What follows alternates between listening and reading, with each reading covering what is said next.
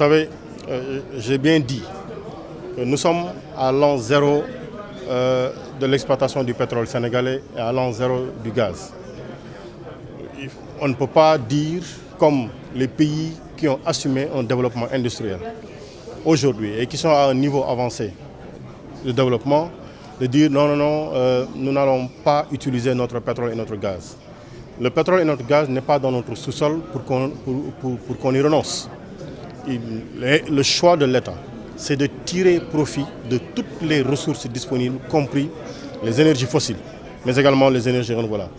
Et le Sénégal s'est positionné aujourd'hui en acteur primordial de la réalisation du mix énergétique. Vous savez, aujourd'hui, nous sommes à 30%.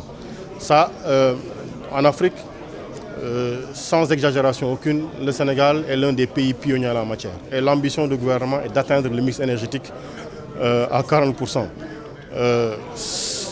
La volonté du gouvernement, c'est si même on a la possibilité de faire plus, de réaliser plus. L'important étant que l'enfant qui se réveille à Dakar, l'écolier qui se réveille à Dakar et qui a accès à l'énergie, puisse être sur un pied d'égalité avec celui qui se réveille dans le dernier village sénégalais avec la frontière. Qu'ils puissent ensemble, à 20 h, lire leurs leçons, faire leurs exercices et le matin restituer leurs connaissances devant leurs enseignants. Le projet du Sénégal, c'est que la femme à Dakar puisse être dans les mêmes conditions que la femme qui se trouve dans les villages les plus reculés, devant les situations de la vie, devant la grossesse, devant la maternité, devant les tâches ménagères, devant la cuisson propre.